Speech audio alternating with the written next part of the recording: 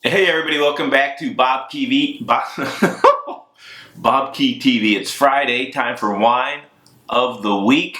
The Netherlands, where Amstel Gold Race happens, is even further from any wine region than Paris-Roubaix. So I thought I would take a hiatus from trying to match the wine to the wine region to the race, at least for one wine of the week, and talk a little bit about my appreciation of wine. It goes way back to early childhood and growing up in the Bay Area of Northern California. A lot of the families in the East Bay, as a form of recreation, would load up the family into, in our case, the Volkswagen Bug.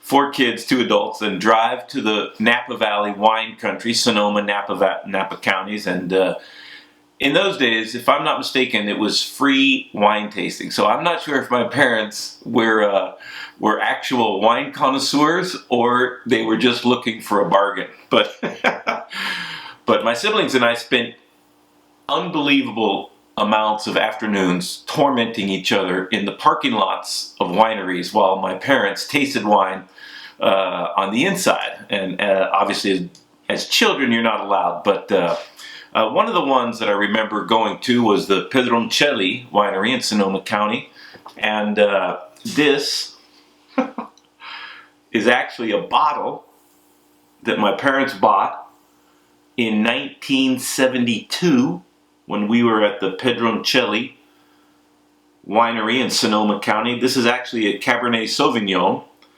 and one of the oldest wineries in California and in the family. And the label says the winery was originally founded in 1904. The internet says 1927, so maybe in 72, 1927 to start didn't seem old enough, so they moved it forward or backwards a little bit. But Cabernet Sauvignon, these grapes are used exclusively in the production of Pedroncelli wines and impart a definite regional identity. This heritage, combined with the traditional aging in oak and redwood casks, a little interesting, bring you wines which have been consistent award winners at the wine judging fairs of California. This ought to be interesting. I'm a little apprehensive. It's been in the Roll family cellars, as it were, since it was released. So my math is not good. 44 years. A lot of summers, a lot of winters, one big earthquake in '89. So if you think back to, 72, wow, sitting in the same corner of the cellar since then. Rather remarkable, but I think that even though I took a long hiatus from appreciating wine, because the beginning was so traumatic, I've come around to have a real genuine appreciation of wine and understand that my parents were way ahead of the curve in the wine appreciation stakes. Cork looks pretty good from here. Doesn't look too bad. I don't want to tip it too much. Get the sediment bouncing around. Ooh. Not bad. Nothing like a compromised cork for a really old bottle of wine. This does not feel too bad. It's got good traction so far. Ooh. It's losing a little bit of its focus.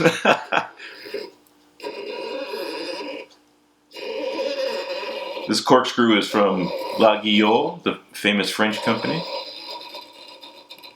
All right. Just barely coming through the bottom of the cork. Pretty good height, not too much evaporation. You can see where it has been laying for so long, even on the neck there's some sediment, so I have to try to be careful of that. This would, if it's still good, if it's not in vinegar yet, it would probably stand a long airing out process. Pretty good so far. Feels good. Not too bad. Not too much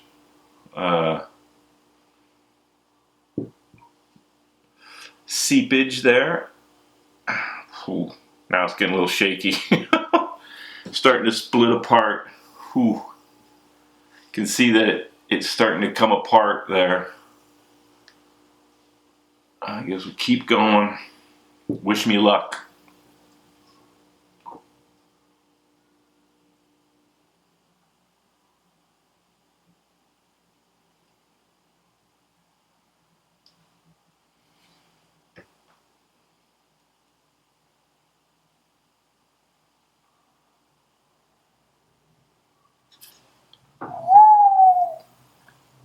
Oh, baby. Yeah.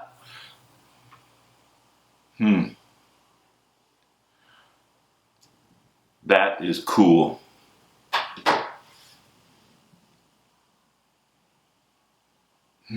This might still have some life left in it.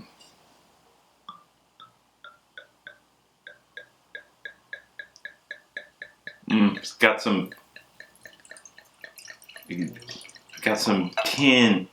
tinge, like some burnage. Wow. There is just the last hints of fruit. This, I have a feeling, is blown to smithereens.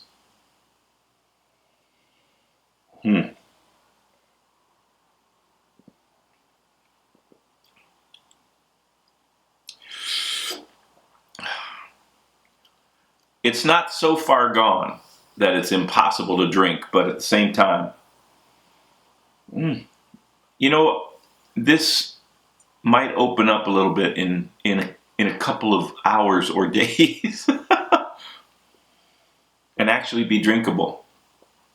Cabernet Sauvignon, one of the longest lived, is that the correct pronunciation? Longest live varietals. This is drinkable. How much life left remains to be seen. I'm going to give it 1 thumb up. If you guys have any wine out there from Sonoma made with Cabernet Sauvignon grapes, made in 1972 or before, time to drink. And it might be too late, but I'm going to drink this tonight. And to all the wine lovers out there, cheers. Comments, subscriptions, thumbs up, Twitter, and Facebook. You know the drill. All right. Good luck to all the racers in Amstel Gold Race. And hopefully the wine they celebrate with afterwards is vibrant and delicious. Thanks, everybody. I don't want to consider what it would be like to come in contact with them, whether they're smoking hot after being used or whether they're still giant knives spinning through the air towards people's extremities.